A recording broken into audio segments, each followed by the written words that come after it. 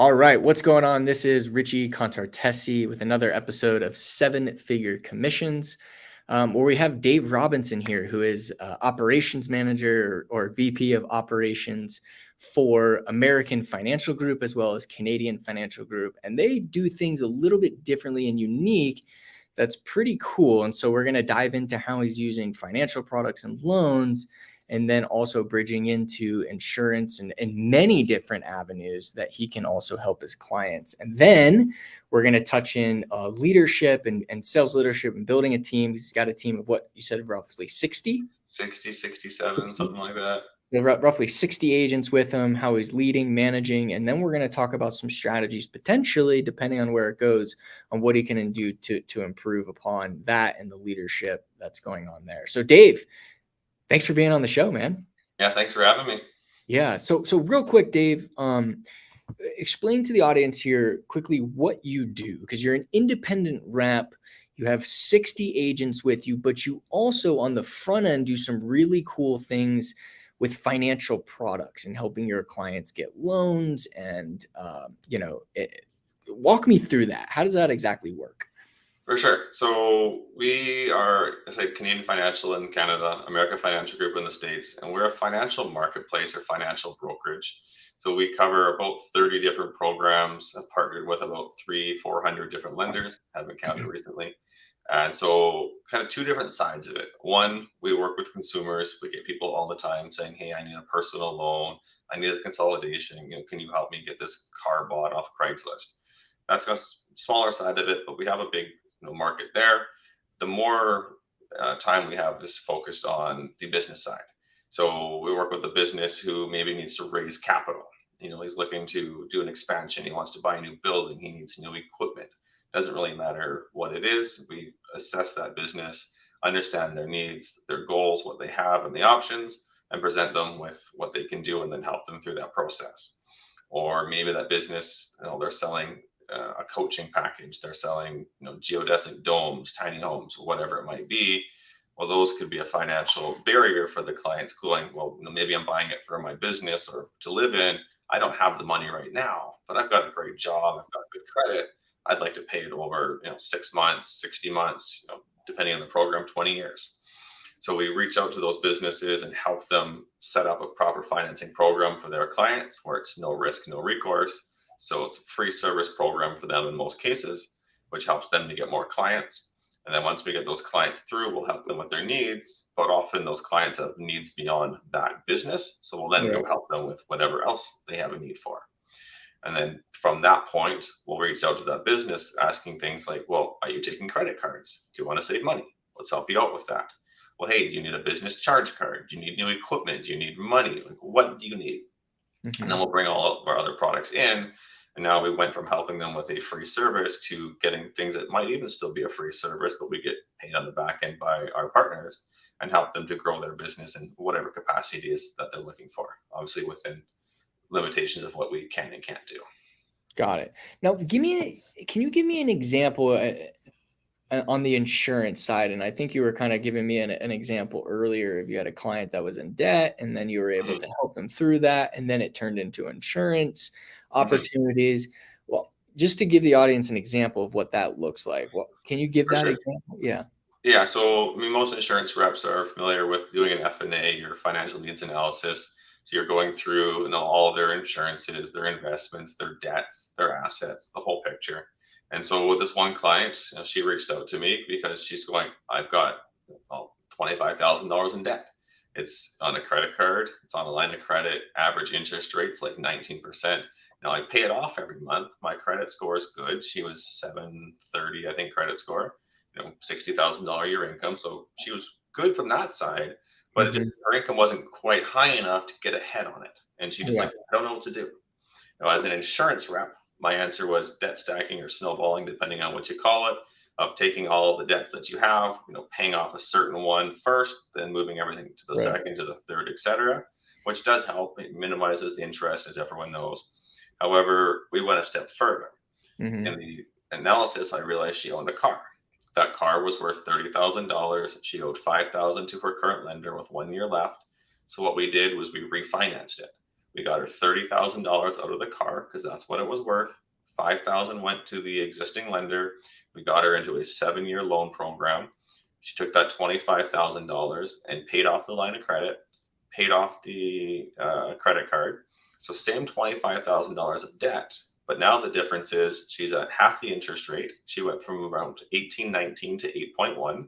It's a fixed loan program, so there's no more interest being accumulated like a credit card would be, and it's going to help build their credit rating because it's a structured loan plan. And just we had that wrapped up and done in like 4 days. Changed her life. And from there, I've done this huge value for her. The next question is, well, now that you've got your money freed up and saving, what are you going to do for your retirement? Do you have a plan? Well, let's put a plan in place. What about your insurance? What about your will? What else do you need to get done? Now that I've given her the value, I can start asking for her business. And that's just one example. I like that. I'm a huge fan of value first, right? What can you give to people? How can you help people? And then in that process, if there's good connection, then it makes sense to continue the train down the track. So I'm just curious, like as far as credit goes, like what credit do people need in order to be able to obtain some of your products? Like let's say we were to use you for financing, what would our clients need for like like what's a credit score? Do you need a 680, a 700? Like what's a It's really going to depend on which country it's in, because both countries are different. And for those that don't know, in Canada, credit goes up to 900. In the US, it goes to 850. So similar, but it really depends on what we're doing. In the US, if we're doing an unsecured personal loan, ballpark number 620 or higher, rates are going to be higher the lower that credit score is. So someone with 620 credit, they might be at 20% range. Someone with 850 credit, well, they might be in the 8% range. So it really depends on what the product is. In Canada, for example, what we'll do is we'll assess their situation. So, when one person's situation, maybe their credit score is 700. Well, on an unsecured personal loan, their interest rate, it might be 12, 14, 18%. Unsecured is high. But if they own that vehicle, simply because it's secured to a physical asset, that same 700 credit score, they could be 8% instead of 16%.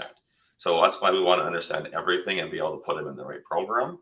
But, someone might just need money and it's an emergency. Like I had someone recently and they had a death in the family and they just didn't have the money for the funeral, which, you can't retroactively plug with, you should have had insurance because obviously not the right time and place. But, they needed money for the funeral and they're like, I don't care how much it costs. Like I need to bury my kid.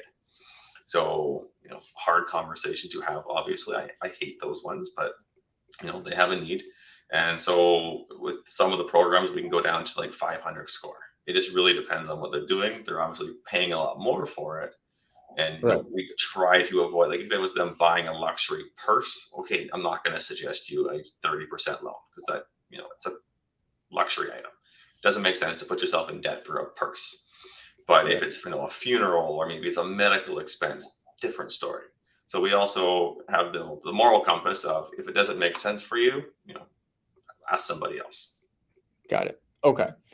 All right. So walk me through let's talk about your team. How did you build your team to 60? That's a lot. Like how long did that take? How did you do that? I would say 8 months probably to get around the 60. I mean, some of them were from prior to that, but about probably 50 of those are in the last 8 months. How we did it is LinkedIn ads. So we have a nice written up blurb about what we do and how people can use it to basically generate extra income or to fuel what they're already doing. And we targeted specific industries initially. We went after people who were in the financial world already. So insurance advisors, there's 300,000, 400,000 insurance reps across Canada, US, and probably more than that, honestly. And probably like 700,000. And some of them are newer, obviously. Some of them are horrible. We all have heard of the horror story of that insurance rep. But if you look at the top 10, 20, 30%, they're all really good at what they do. They're all probably just about as knowledgeable as the next guy for the most part. So how do you set yourself apart? Well, if you can't do it through insurance because it's a finite category, you can only do so much in the insurance category. Well, be that guy or that girl who can help them with something else. The example I always like to reference is I bought a house 3 years ago, the one right here. When I bought it, my real estate agent, he helped me with the house, but he also got me my lawyer. He got me my guy for my closets. He got me my contractor for all the painting I had done. He got me the everything. I didn't have to look around, vet companies, do anything. I just said, hey, Massey, who is the best guy for this? And he goes, talk to this guy. That was it. The same thing, translates to not just insurance, but the financial world in general. Financing and finances is a topic people just they don't trust everybody in. They've already all been ripped off or scammed or something by someone else. And for people, money is important. It shouldn't be as important as it is, but it's important. So people are very hesitant a lot of the time. Whereas if they trust you and you refer somebody, they're going to trust your opinion because you're basically marrying those two relationships. So if you trust me, I trust him, you should trust him. So if you can be that connector of people, either through a referral or actually having access to it, well, now they don't have to go to anybody else. They can just come to you. So if you're able to be that center focused person, well, they don't have to go to the next guy. Maybe the next guy they go to is a mortgage broker, but that mortgage broker also has an insurance contact and 15 other people. Well, guess what? They might not come to you for insurance anymore. They're going to their mortgage broker who's got an insurance guy, he's got a realtor, he's got a this, that, and that. If you can be that person that gives that most value, they have no reason to go anywhere else. Why would they? Right. Love that. Okay, cool. All right. So where do you feel like right now is the biggest area of growth for you? Like, what would you say, you built this team. Where do you feel like is your biggest challenge, or maybe what's not working as well as it could or should be as far as your team and their performance goes? For sure. Yeah, we expanded too quickly is actually the problem. So we, myself, my partners, the people on the corporate team, we know our products inside and out. We know how they work together. We know, every single term and condition inside of all of the policies. Right. However, our team doesn't. And now, when we had 5, 6 people, great. They come to us, ask a question, we jump on a call, we teach them. No problem. Well, when you 10 times that, now you've got 50, 60 people. You don't have time to be jumping on a call with every single person. It's just not realistic. So in hindsight, had I thought about this and realized what it would be like 6 months ago, we would have put together the infrastructure with training programs, which we're doing now. We're building out a whole training module course. But because we're so busy now, we can't just sit down for a day and build it out. It's taking 4 months to build out because we just haven't had the time. So it's should be launching in a couple of weeks, so that'll be great. But really, just having the infrastructure in place, finding those key management people or team leaders that could learn faster than everyone else and are also able to pass that knowledge on. So that's what we're doing now is playing catch up. Is who on our team can be a leader? Okay, well, let's put them in a leadership position and give them a team of people to look after. So it's instead of playing, we're playing catch up instead of actually having it in place from the get go. So that was our biggest mistake, and we're feeling the pains of it in a good way, bad way, growth, but also means we're working evenings and weekends all the time. Right. I mean, right now it's purely about getting systems and people in place. So how are you going about finding the leaders? Is it going to be like, how do you plan on doing that? Are they going to be internal, like working for corporate, or do you plan on like giving overrides? Like, how do you? Yeah, is that so already we in do place? overrides already, actually. So we've got like a 3-tiered system. So we've got management, we've got our senior reps, and our bottom regular reps, whatever you want to call them. Sure. So there is a small override on them. It's not like an infinite override like many insurance companies have. It's just 3 different tiers. It's just basically them being compensated for their time, obviously.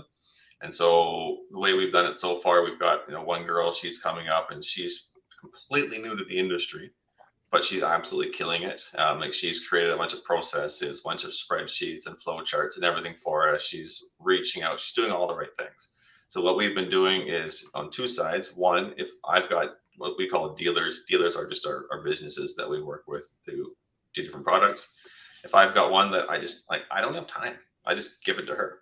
So I'll make an override off of it because she's doing the work, but it was my account in the first place. So I just give it to her, and I take a little bit, and she'll get say 70%, I'll get 30%. But here you go, here's a free account. Just take care of them for me. Or if we've got reps coming in that we know that they'll get along and they're competent enough to look after, hey, I've recruited this person, but I don't have time to train them. I know you can. Here you go. So we've been giving them 2 different key members. The most recent one we brought on, we actually brought on at a corporate level. My partner had known her for years. She actually created a financial institution that she ran for 20 years and sold the thing, and now she's rich as hell, and she's bored, and so she wanted something to do. So we said, well, hey, come work with us, because she just loves building teams, building systems, building large companies is what she loves doing. So we brought her on, and we got her set up, and she's got a whole team now that she's working on as well. And we just transferred some people over to her because she's got the skills and the motivation, and we just didn't have the time, so we just gave them over to her. So that's what we're kind of doing now, is a little bit of both. Internally, if people are capable, we'll give them people and get them to support us that way, and in turn we'll support them with their questions, and that way everything filters to them, and the stuff that they don't know, well, they can filter out to us. Right. Okay. So where do you feel like, I love this. So where do you feel like at the top level, the management, like you have senior reps, and what did you call the top level? Management. Okay. Yeah. Where do you feel like on the management side is the most opportunity for growth? I mean, bringing on a team, honestly, because you've got that ability, you've got the knowledge. You've only got so much time in a day. It's just building a team of people that can replicate what you're doing, teaching them and training them, and being there to support them. Because the thing with us is most of our products, depending on what it is, but most of them are automated once they're set up. So if I set up a coach on point of sale financing, well, I get him his paperwork, his setup, his training, everything. Well, from that point, he just uses it, and every time he uses it, I get paid. Right. Or if we're setting them up on foreign exchange, we get them set up, introduced to the supplier, everything. They got their account. Every time they use it, we get paid. So once you know how to get everybody set up, all the applications, all the forms, all the programs, and know how to assess and put them in the right place, and then you can translate that knowledge to other individuals, and they can do it there. And they're obviously going to need help because they don't know it the same way you do, but they can bring in those leads. You can support them, and you get a small little piece for helping them. They're going to get the bulk of it. Obviously, they're doing the work, and you get a little bit for helping them with your time. And at that point, you can have all these programs set up personally and through your team. And then, you can go work from wherever you want in the world, because we're all digital too. So you could be on vacation, right, just supporting, helping. But, combination of, you don't want to just have a team. You want to have your own leads. Obviously, you're going to make your most of your commission on your direct sales. But, helping out your team is also a great way, because it expands the company. You get more awareness out there, and the more awareness of the company, well, the more likely people are going to go, oh yeah, I've heard of those guys. Oh yeah, I can find you online. There's 1,000 reviews. So building the team also helps build the awareness of the company as well. Yeah. And so basically the management level still needs to also be selling themselves. Or do you feel like they don't need to be? I would recommend it. Okay. But do they could be in a position where if they're improving the performance of everybody on their team and coaching them and really doing a good job of getting them to A players, would that be more advantageous as opposed to doing player coach in your particular business? I mean, the way that we've structured it is the one doing the work, they're always going to get the biggest piece of the pie, because that's the way it should be. So if you have one person on your team and they're, you've taught them, coach them, train them, and they're doing all the work, you're going to make a small piece of that, which is the way it should be, because they're doing all the work going forward. So if you did just team, you had 100 people, yeah, that's completely 100% viable, because now you've leveraged your time and you don't have to maintain all of your accounts. Or you could, go and get your own accounts, because in my opinion, if you don't have any accounts at all and you're just teaching people how to do it, well, it doesn't really instill a lot of confidence in your team either. You need to be able to show them that you can do it and you have done it, in my opinion. But then once you have it, again, you could just give them to key members on your team to look after for you. But the difference being is, do you want to make a lot of money right now, or do you want to make a lot of money long term? I went the long term approach. I went straight to building a team. I have a lot of my own clients, but my focus was building that team, because I'm like, I don't need $1 million right now, but I want $1 million next year, kind of thing. So the income is slower to get started, because I got to train my team, coach my team, get them all up to speed, get them, actually producing.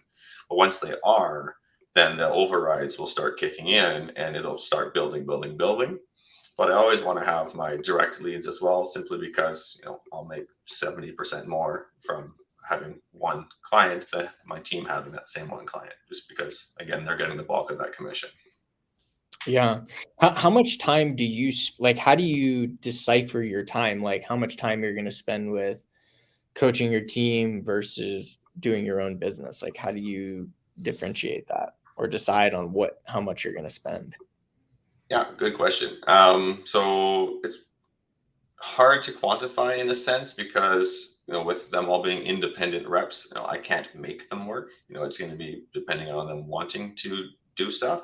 So it's a combination of, well, this week all of a sudden nobody had questions, no one wanted to book training. Well, that's on them. We'll try to motivate them and book them on calls, but if they're just, I'm busy, whatever, that's on them. So I'll always have a list of cold calls I can do, or maintenance I can do, or things I can work on.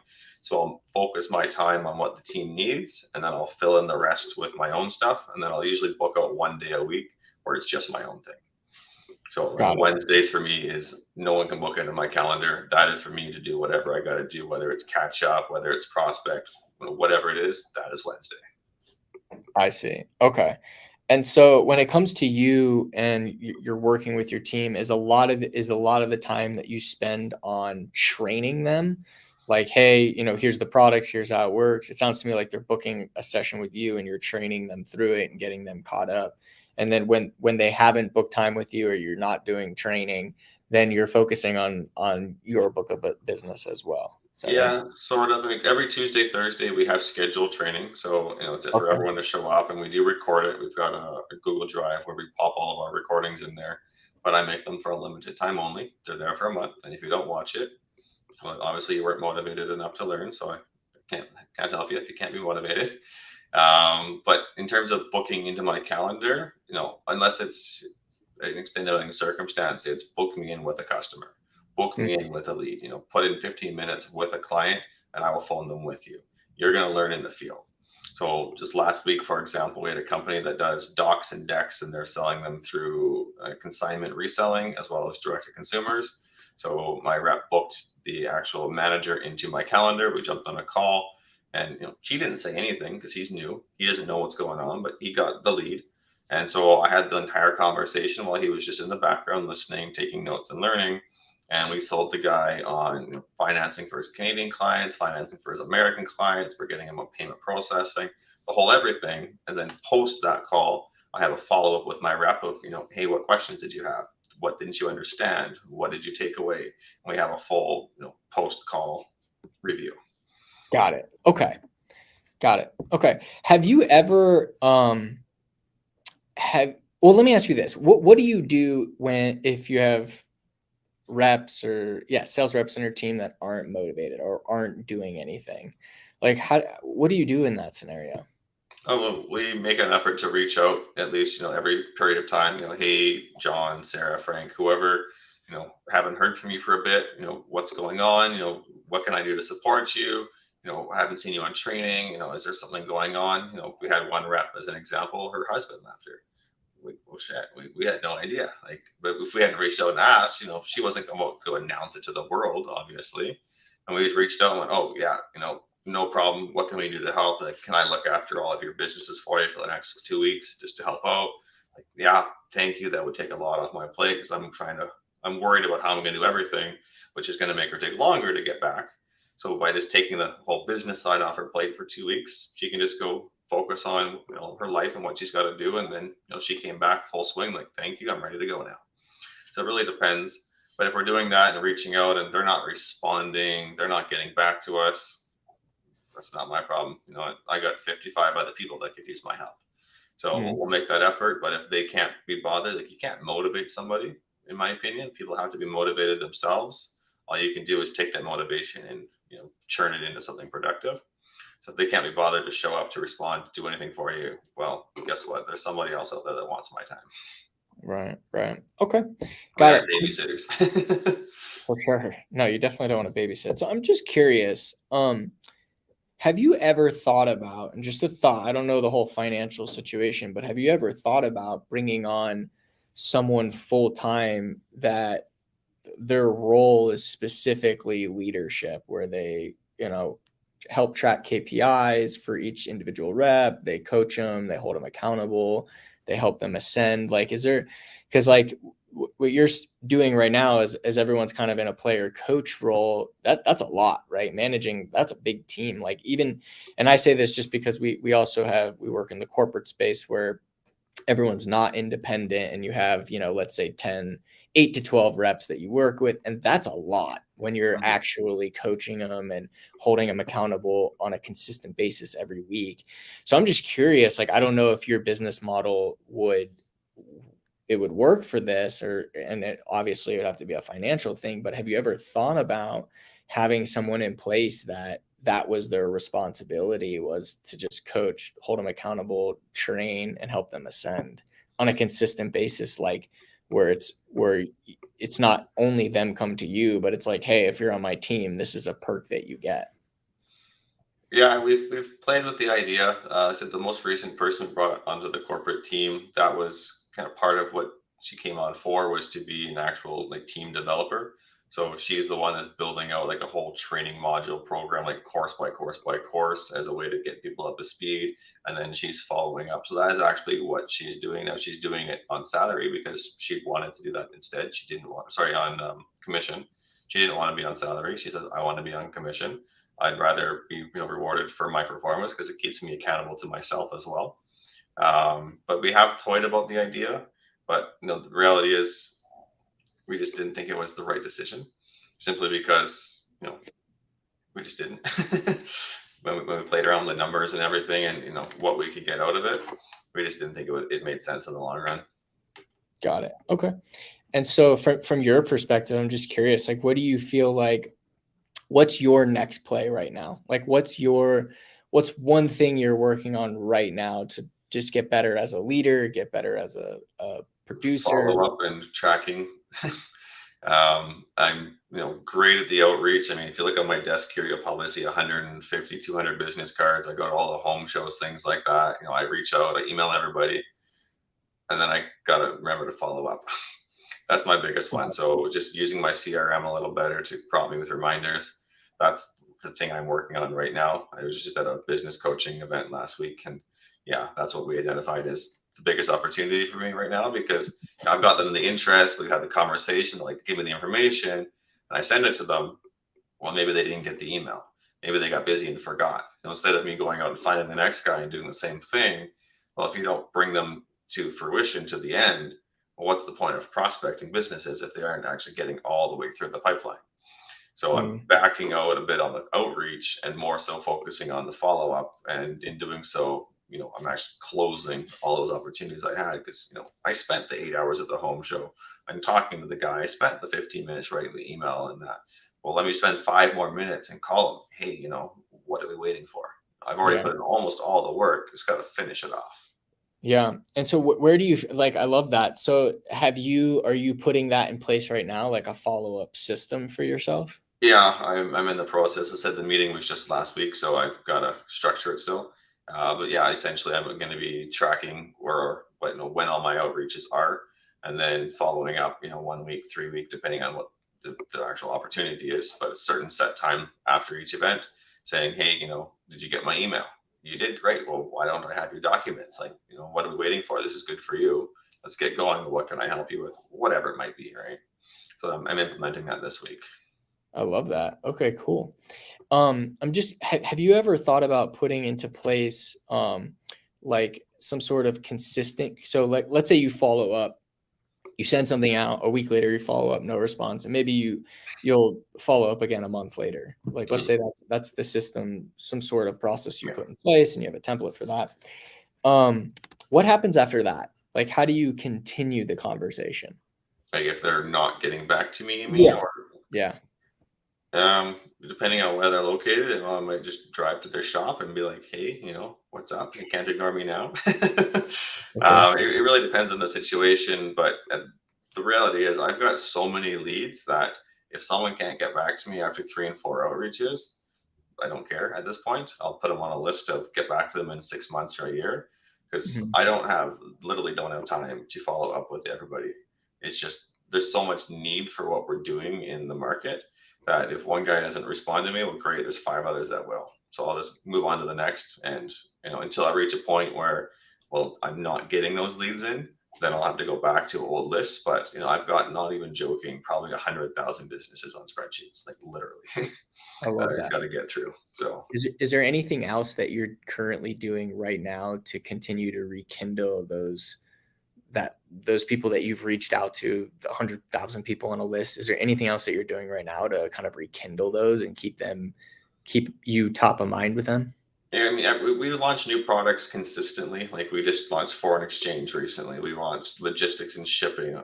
Every time we get a new product, I'll reach out going, "Hey, by the way, I know we haven't heard back from you on this, but wanted to let you know we got a new program here." Because maybe all of a sudden the original conversation, maybe they're not responding because they lost interest, not relevant anymore. Well, now I bring up foreign exchange, and they go, "Oh, hey, yeah, that one really piqued my interest. Like that was the selling point for me, was the foreign exchange." The financing, that was interesting, but foreign exchange. Oh yeah, I'm doing $100,000 a month. What can you do there? And that will Yeah. sometimes rekindle that conversation, because you got to find what's important to them, not what you think is important to them. Yeah, I agree. Have you ever thought about doing like a monthly newsletter? Yeah, we're actually building one out, so it's in progress. But yeah, we're going to have a monthly newsletter. So the way that we do our processes is everybody that we generate interest with, they go into our CRM, and so we have all of that data. And then from there, our CTO is building out an actual mailing list, sending out, this is the newest product, this is the biggest win we had, this was an opportunity, this was a cool file, whatever it might be, and then firing it out to our entire database every month. But I mean, for you specifically, have you ever thought about Oh, like all the people, because you have your fault? Like I'm just, I think I'm going to go down a quick path with you of a simple system that you can put in place for follow up that I think, because of the number of outreach you're doing, could drive a lot of additional sales for you every month. Have you yeah, ever thought about? I haven't thought about a monthly newsletter for myself before. No, like we would have the company one, but that was the one that we were looking at. I never looked at a personal one now. Yeah, because when you're talking to somebody or you're at one of these trade shows, you're connecting with them, right? They're connecting with Dave, not Mhm, America Financial Group, right? Like obviously that's the company, but they're connecting with you, right? mhm, And so I'm just thinking of them hearing from you, and that newsletter might not be necessary. Like I would let the company do like the new products and all that stuff. But one thing that I've seen work well, if you want, I can quick share it with you in your scenario. I think that's gonna bring you a lot of additional sales every month if you'd like. yeah, sure. Feel free to share. Yeah. So if you shared a case study kind of earlier on this call. And so obviously the people that you have these experiences with are the clients that you would like to continue to serve, to serve, I assume. Is that right? Yeah. So what if you did, it could be weekly, it could be monthly, where you just send out to all the people that you've talked to that are on this follow-up list, the 6 month later reach out, or, they could even be on the 1 week later reach out, where you just share these stories. And I've seen this work really well with people in your position, where they share stories of the people that they've served and helped. And they just send it out in an email. And people, when it comes to email lists, they love stories. They like to see other people's successes. I guess you could call them case studies, right?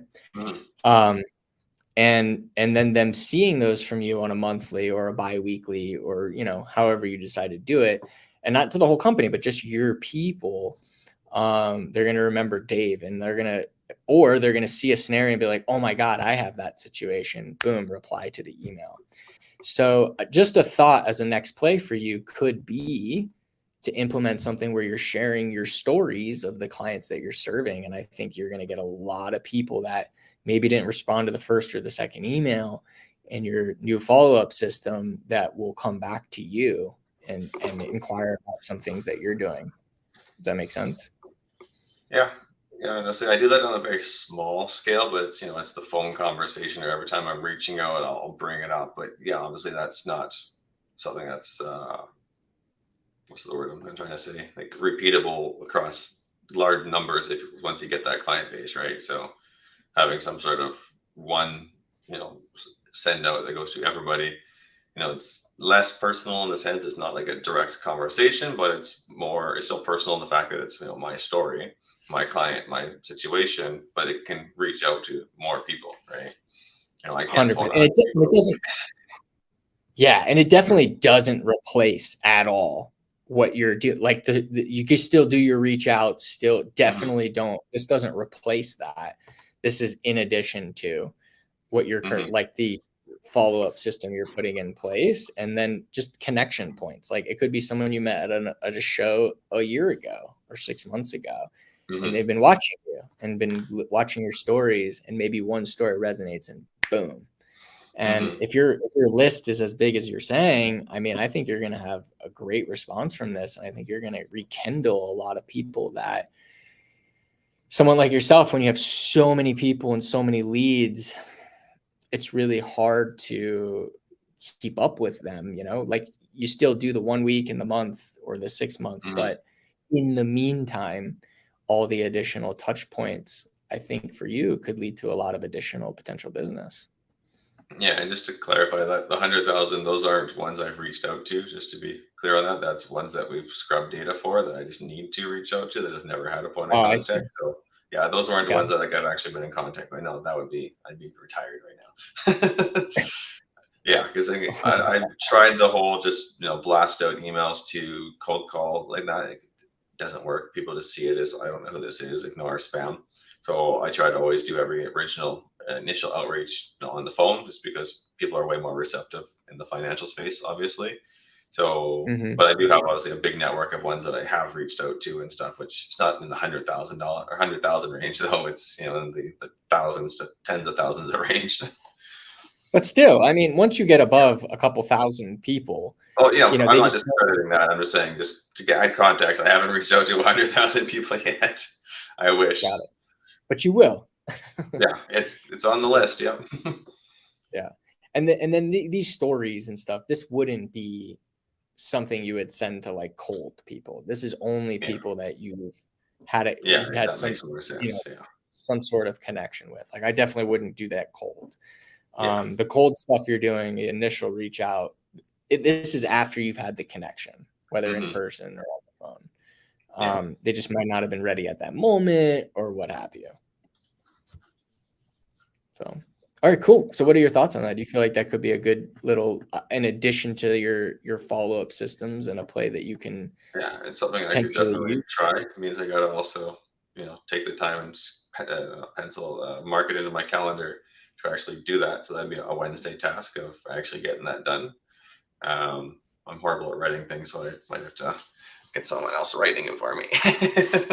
For sure. That's you could totally do that, man. And I think like one thing that I've done is I just use my phone and I'll just tell the story, and then you can send the audio recording Mm, to someone on your team or someone online for $10, and they'll put a little quick case study together for you.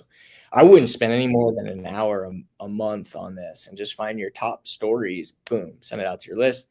Oh, look, mhm. Dave. Boom, another story. Oh, that relates to me. Let me reply. And I have a feeling you're going to get quite a few replies and people that may be interested in reconnecting with you that Yeah, you because might we've been not have. doing it like in a little bit of a different way. Like we use Canva to make a lot of marketing material, so we often will put obviously no names or anything on it, but we'll put together a little like one pager of a recent cool success we had, but that's more so to social media for marketing, not so much to our internal leads list. So maybe we shift focus a little bit and take that and also pass it out to our contacts in our CRM, because we've been using it to generate externally. Maybe we could switch tracks to try to use that to generate internally. So Or just in addition to, like you're doing it yeah, there and then in addition to. You yeah, know what I that's what mean? I mean. Yeah, like send it out to both instead. Love that. Okay, cool, man. Awesome. Well, I feel like this call was really valuable for our listeners and some of the things that you're doing. And if anybody wants to reach out to you and learn more about some of the products that you have, what's the best way to connect with you? Yeah, I don't know how I would send that, but I mean, I've got a link that's a custom link for me. So, so on the Canadian side, we're building the American one out still because we're recently expanding it heavily into the US. But I mean, I can provide that link, and I don't know how you would pass that over, but it's got all the products and details and everything, as well as my contact information on it. It's like my own personal landing page. Yeah. Do you have like maybe a way that people can connect with you, and then you could send that to them? Can they connect with you on LinkedIn or Facebook or Yeah, I your mean, anyone website? can find me on LinkedIn, Facebook. I think I'm open profile, but I'm not 100%. Or people can always, email me or just reach out that way. I'm What's not your sure how to email? get What's the your email, email? but yeah, is there a spot I can type it, or just want me just to say it Yeah. out Is loud? there a chat on the right? Can you put it in the chat? I see a comment section, but I can't type into it. You can't? What about in the private chat? I can type into the private, yeah. Yeah, put it in there, and I'll put it under your name. That's my email there, and that's my actual link to my landing page. I don't know if you want to throw that as well or not. Yeah, I'll put this up here. It just might be a little.